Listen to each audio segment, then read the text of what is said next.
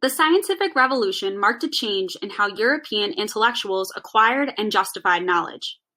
We will be focusing on the sources of knowledge, the places where people turn to determine whether something is true or not. The predominant sources of knowledge in the early modern Europe were the texts of classical Greece and Rome, Christianity, and the kings.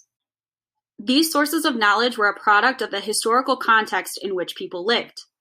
In any time or place, we turn to the sources of knowledge that play an important role in our lives.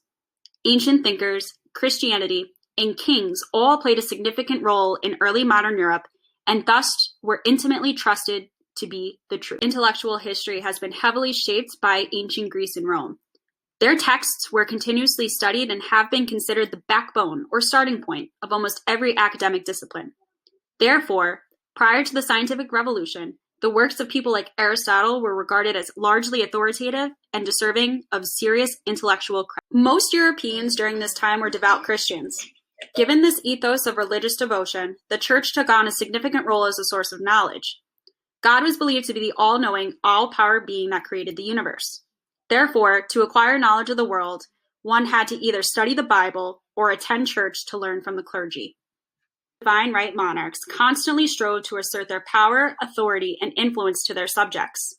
To that end, various kings, depending on their popularity, were often perceived as founts of knowledge and authority.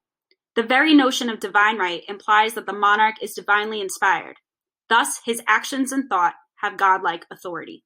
These sources are what we call arguments from authority. An argument from authority asserts that a claim is true merely because someone well-respected claimed it to be true.